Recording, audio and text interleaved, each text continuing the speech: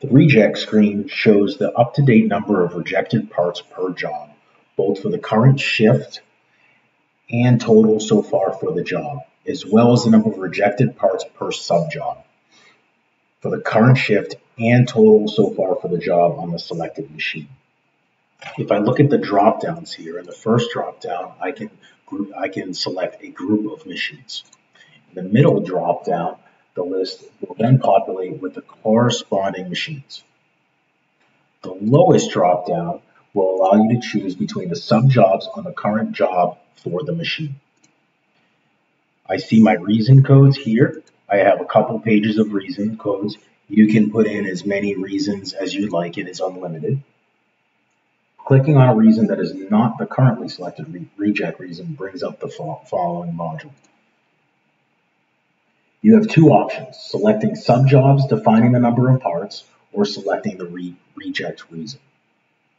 So if I select the reject reason, it brings up an operator action, which I talked about in the previous video, where you can set permission levels, login levels at the administrative side of PlantStar, where right now I'm just putting in an employee ID. This can be open, this can be a RFID, badge scan reader.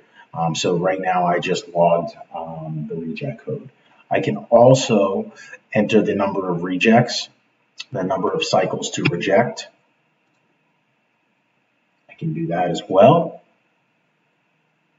And very similar to the down and assist, the reject also has a real-time chart for the reject job event reason on the specific job, and also the reject job event reason on the current shift for the current job. Again, I can click this camera button here to expand my view, and I can also export charts. Remember, when you set up users and permission levels within the administrative side of PlantStar, you can choose who sees what charts throughout PlantStar. Please don't hesitate to reach out to us directly on our website, Syscon PlantStar, to schedule a free demo. This was showing you the reject screen within PlantStar 4.0. Thank you.